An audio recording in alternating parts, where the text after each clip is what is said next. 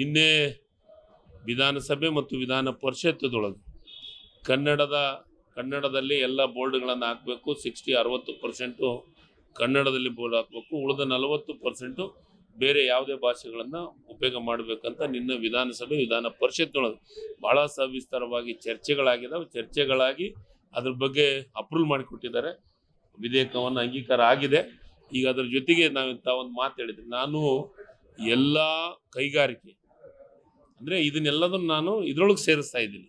ನಾನು ವಿಚಾರ ಮಾಡಿದ್ದೀನಿ. ಅದ್ರ ಜೊತೆಗೆ ಕೆಲವೊಂದು ಸದಸ್ಯರು ಒಳ್ಳೊಳ್ಳೆ ಸಲಹೆಗಳನ್ನು ಕೊಟ್ಟಿದ್ದಾರೆ.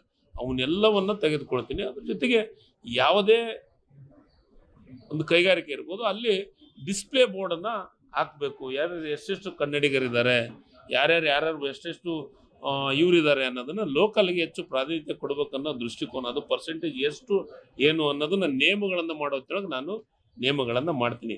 ಆದರೆ ನಿನ್ನೆ ಆಗಿದ್ದು ಕನ್ನಡ ಫಲಕಗಳಿಗೆ ಮಾತ್ರ 60%.